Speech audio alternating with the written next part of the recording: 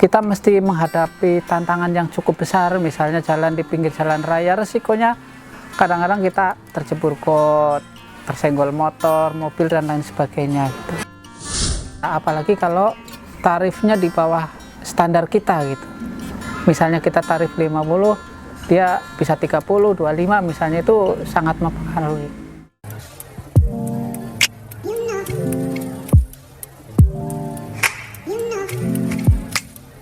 Keterbatasan penglihatan bukan menjadi halangan untuk manusia dalam mencari rezeki dan menjadi khalifah di muka bumi. Saya bertemu dengan seorang tunanetra yang mempunyai semangat tinggi walaupun memiliki keterbatasan. Berawal dari jasa pijat hingga kini menjadi penjual kerupuk keliling. Bisa dibayangkan bagaimana seorang tunanetra bisa bepergian untuk berjualan tanpa ada rasa takut. Dan inilah Pak Riswanto dari Depok yang berusia 41 tahun.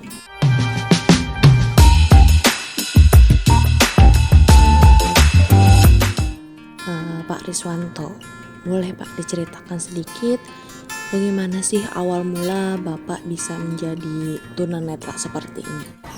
Saya terkena tunanetra itu dari umur 5 tahun. Jadi awalnya itu kalau orang dulu bilang itu cacar gitu, step panas tinggi. Nah, akhirnya keluar begitu banyak sampai kena bola matanya itu, sehingga bola matanya itu nutup terus selama 1 minggu. Nah, kemudian begitu buka ternyata pecah karena terkena itu cacar itu. Dulu sempat diobatin atau ke dokter atau pakai tradisional, gimana Pak? Sempat diobatin, tapi karena dulu kan dokter masih susah ya, jadi hanya lewat mantri disuntik. Iya, jadi akhirnya bukannya sembuh malah ya semakin memburuk gitu.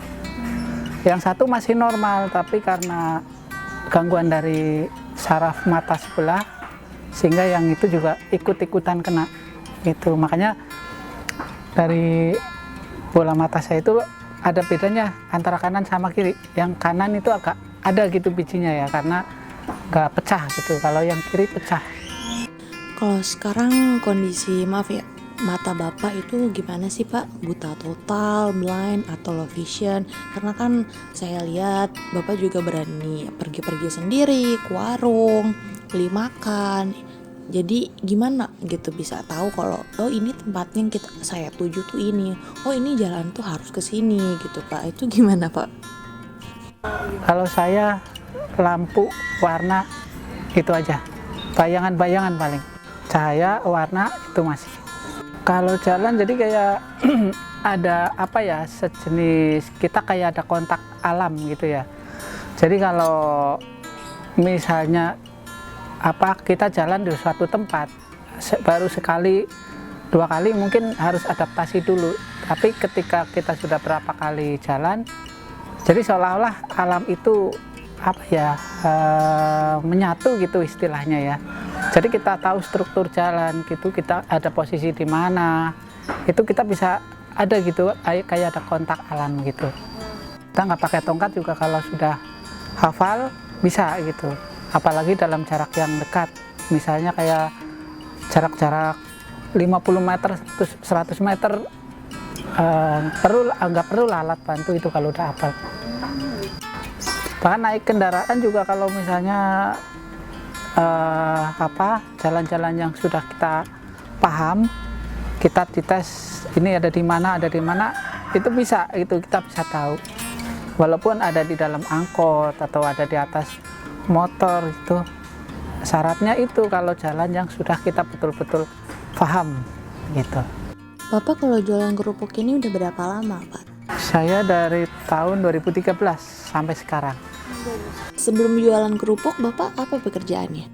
Sebelumnya saya hanya berprofesikan pijat. Kalau pijat itu Bapak keliling-keliling atau panggilan dari rumah ke rumah atau gimana Pak? Kalau saya panggilan bisa, di tempat bisa. Kalau dibandingkan dengan pijat dan jualan kerupuk, itu penghasilannya menurut Bapak lebih enak yang mana? Lebih banyak yang mana, Pak? Pijat ataupun kerupuk, jualan kerupuk? Kalau sama-sama posisi normal sebetulnya mending pijit, karena pijit itu tidak terlalu rumit ya, tidak terlalu rumit. Kalau jualan kerupuk itu kita mesti menghadapi tantangan yang cukup besar, misalnya jalan di pinggir jalan raya, resikonya kadang-kadang kita terjebur got, tersenggol motor, mobil dan lain sebagainya. Dulu Bapak pernah kejadian hal-hal seperti itu atau enggak? Saya pernah kejadian. Waktu itu sendirian saya waktu itu, awal-awal jualan kerupuk. Sebetulnya saya sudah hafal, jalan itu udah sangat hafal gitu. Makanya saya nggak pernah kecebur got. Suatu ketika itu mungkin saya lagi kurang konsen atau bagaimana, kebetulan dari belakang itu ada mobil ngelakson gitu. Jadi spontan refleks itu bergerak ke arah got itu, jadi nyebur gitu kerupuk-kerupuknya gitu. Kalau dilihat dari resiko pada saat berjualan itu, jualan kerupuk ini bisa dibilang resikonya lebih besar ya Pak, karena ada aja kecelakaan seperti tadi. Nah itu kenapa walaupun Bapak tahu bakal ada hal-hal yang tidak diinginkan nanti, kenapa Bapak mau ganti profesi jadi berjualan kerupuk? Kenapa jualan kerupuk ini dipertahankan? Kenapa nggak balik lagi jadi pijat aja gitu Pak? Makanya saya ambil alih profesi jualan kerupuk, karena profesi pijit itu semakin menurun, pasarannya semakin jauh berkurang. Tahun 2013 saya alamin itu penurunan yang sangat terasa. Faktornya mungkin dari semakin banyaknya tukang pijit, terus banyaknya saingan, seperti orang-orang awas itu kan banyak yang buka-buka pijat juga, secara otomatis mengurangi dari pasaran kita, apalagi kalau tarifnya di bawah standar kita gitu. Misalnya kita tarif 50, dia bisa 30, 25 misalnya, itu sangat mempengaruhi. Terus selama ini Bapak kan jadi tukang pijat, terus juga jualan kerupuk, terus ada juga imbalan berupa uang. Nah ini Bapak ngebedainnya tuh gimana nih, antara ini uang 10.000, uang 5.000, uang 20.000, itu gimana ngebedainnya? Sedangkan kita tahu kan uangnya sama gitu ya, semuanya kertas, cuman ukurannya yang berbeda. Atau Bapak diingat-ingat, oh ukuran segini tuh 2.000 segitu, atau koin ini tuh 500, tuh gimana sih Pak? Kalau saya ini kebetulan masih lihat warna, walaupun harus diterawang dengan jarak yang dekat, itu masih bisa lihat warna. Jadi saya membedakannya dari warna, karena uang 10.000, 100.000, 50 dan lain sebagainya itu warnanya berbeda-beda.